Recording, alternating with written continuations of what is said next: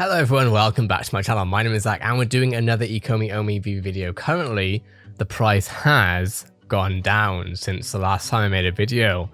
It's not looking good. No, I'm kidding. It's fine. It's really not a big deal. It's 7716, so we are no longer in the 8s. We didn't stabilize in the 8s. Not a big deal. We're on a low of 7566 and a high of 8204 over the past 24 hours.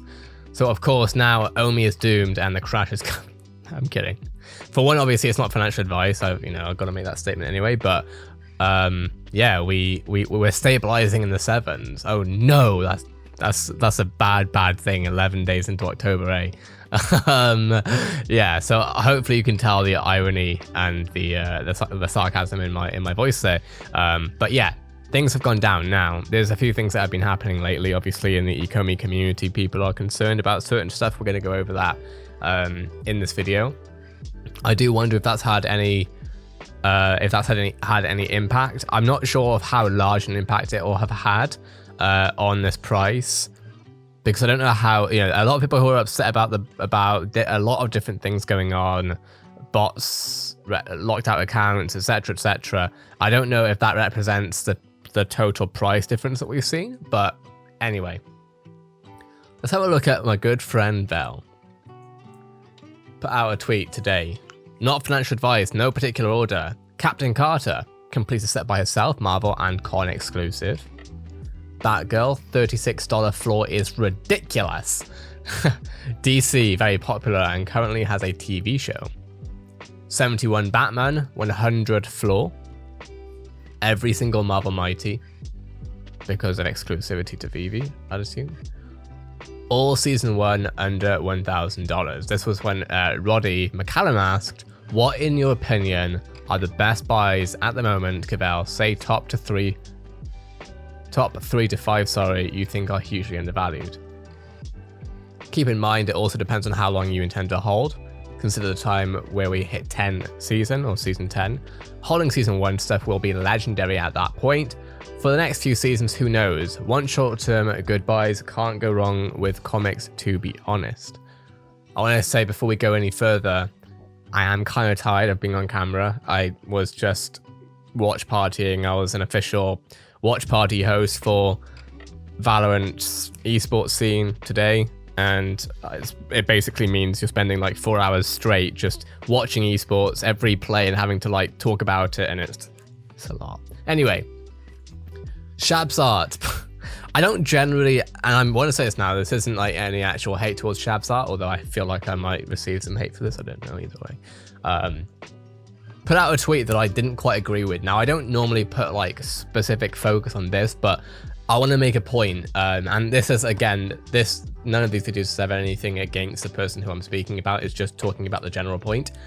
So I'm not calling any names, I'm not insulting, I'm just going over my own opinions and thoughts and stuff. Honest, good guy, Cavell, offering his corpseman for 3,000 when the retail price for similar mint numbers is under 1,000 combined in the market. But he added some BS about them breedable. What an honest guy, trying to scheme his fans, lol. So let's just try and remove all the sour shit out of this, because I'm biased because Val's one of my homies, so yeah, and I'm sure that there's going to be some hate for that, and honestly, great, hate me, I really don't care. The reason why I'm bringing this up is because this is going to be an interesting one to watch over time, long term, right? Because one thing that happens oftentimes with new markets is that there's a status quo that starts, right? And so anyone who breaks away from that status quo is generally looked at in a different light, right? There's normally a contrast between how people perceive the people who go against the status quo and those who stick with the status quo. So the status quo here is talking about the perceived value of under $1,000 combined in the market compared to Val's $3,000 offering.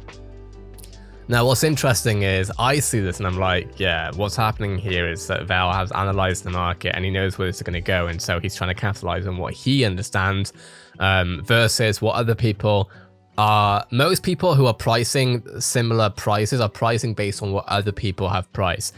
Val generally will look at research, like he'll research what happens here, but he doesn't just stick to the status quo for that reason. He'll research, but he might find something wrong with other people's research, and then he'll do his thing with it. Now, the thing is, in an open market like this, you can set your prices, of course. Now, people will buy what they'll buy at, depending on what they believe the value of something is, etc., etc.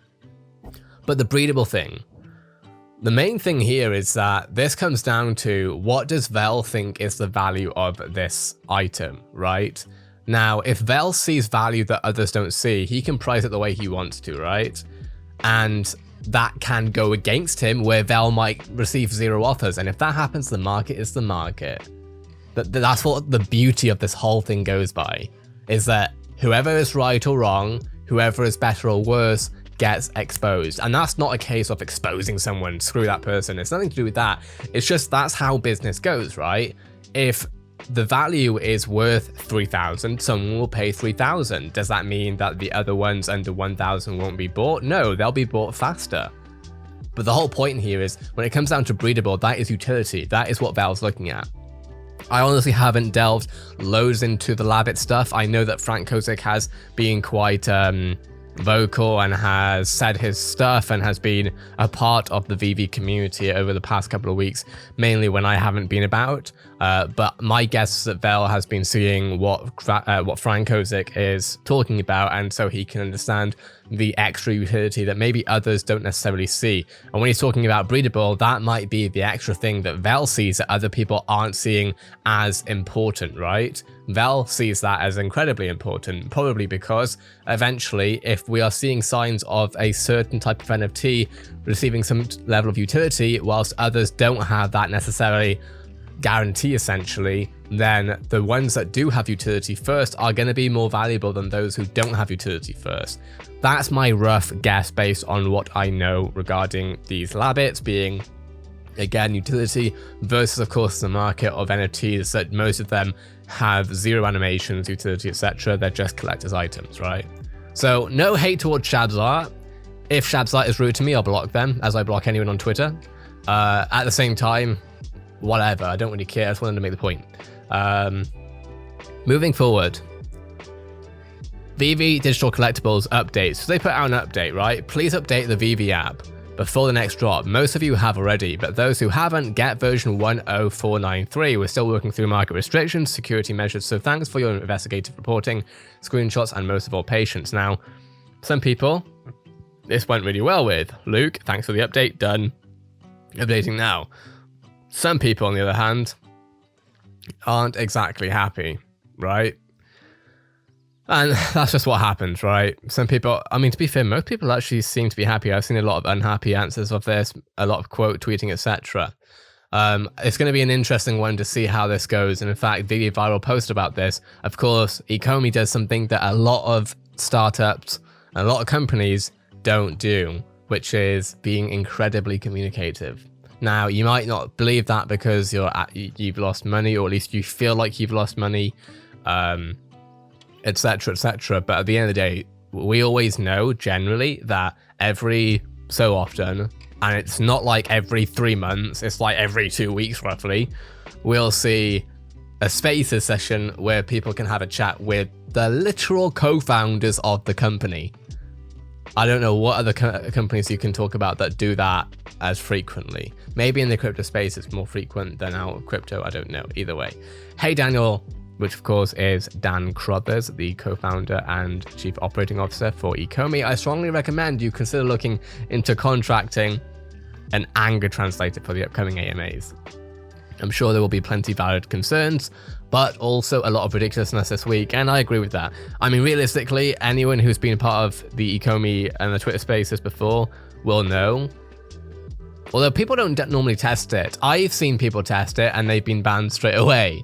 But yeah, I would recommend that if you're going to be part of the Twitter spaces to be, you know, diplomatic about it, be respectful, etc. Because otherwise it's just a very quick block and ban. It's pretty simple.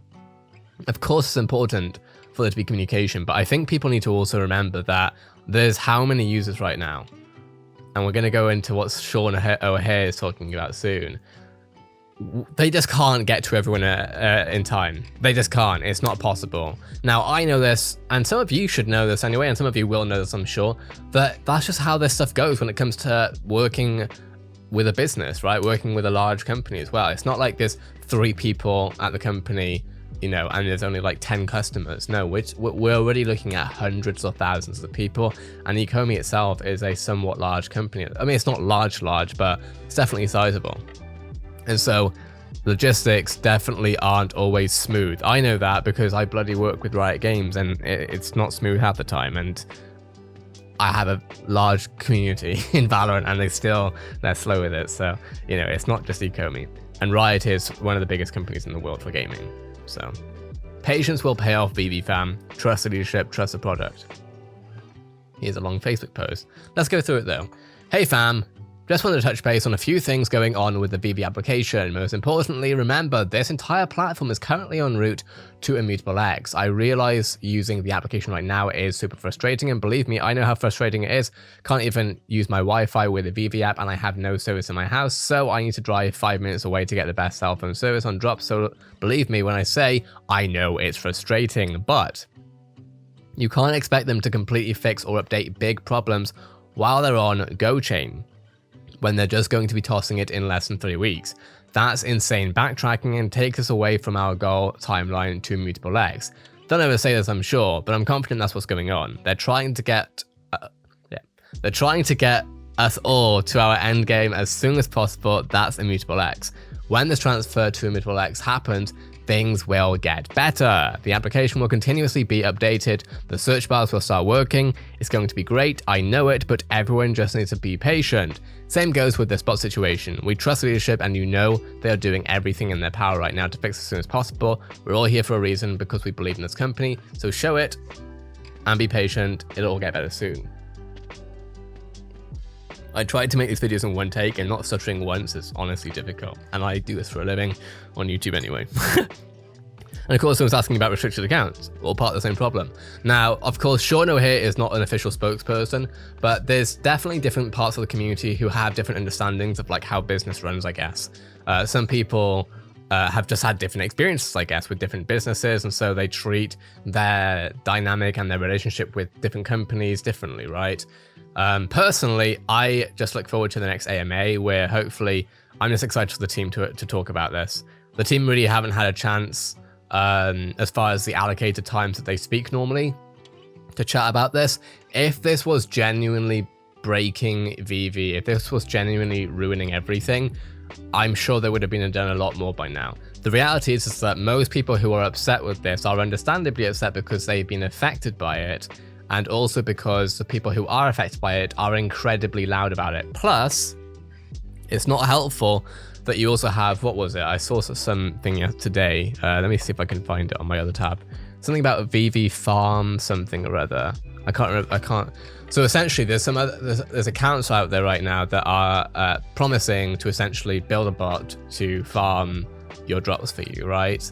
The likelihood is that all of it is total nonsense.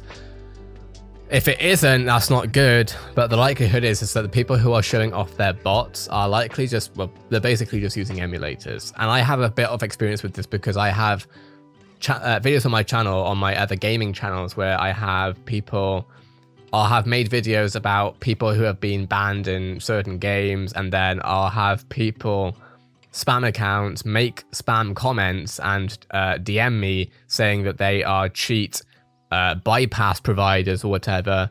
I'll reach out to the game companies that are running the games, and I'll be like, yo, I'm seeing that someone's trying to scam people, and they'll be like, yeah, they're saying that they are able to help people essentially evade bans, but they're just scamming people. There's no actual way to evade the bans. And I think something likely similar is happening here. I think we're seeing, whoopsie, that's my bad. I think what we're seeing is people are saying that they are able to do something that they're not, and maybe they are able to, but it looks very, very unlikely that people are at a mass scale, at least, being able to build bots and then charge a very small amount of, say, $100 or something like that, or even $15, whatever, to build a bot for you, when realistically a lot of this is emulators. emulator still isn't exactly what should be being used at all, but you know, it's different to having a mass click farmer bots or something like that. Having said that, we're approaching 15 minutes. I want to get on some other videos, but let me know what your thoughts are on everything that's happening today. Obviously, like I say, we're down to like a 7, but we're in the high 7s, I believe. Let me just double check that real quick. Yeah, well, we're somewhat highs. 7.6 right now, 7.635. So obviously, hopefully we can stabilize in the 7s, and then probably once this is cleared up a little bit, which may take time. I wasn't expecting bots and that sort of community conversation to drive the price down this much, or at least stop it from increasing the way it could have, because it would have been cool to see us at 9 or even 1 cent, but it is early days. We're still 11th of October at the time of recording this, so we'll see what happens. That being said, let me know what your thoughts are in the comments below. If this video was interesting or helpful to you in any way, shape, or form, a like is always much appreciated. Please make sure to follow me on Twitter if you haven't already. My Twitter is at ZakiZoo. You can see it right there. Please don't follow me if you're just going to spam NFT comments. I had to block a few people today because they were spamming their NFT projects on my Valorant tweets, not even NFT related tweets, and I thought, F you. So yeah, please don't do that. Please be respectful, of course. But with that being said, thanks for watching. Have a great day, everyone, and I'll see you in the next Ecomi, VeVe, NFT, etc. video.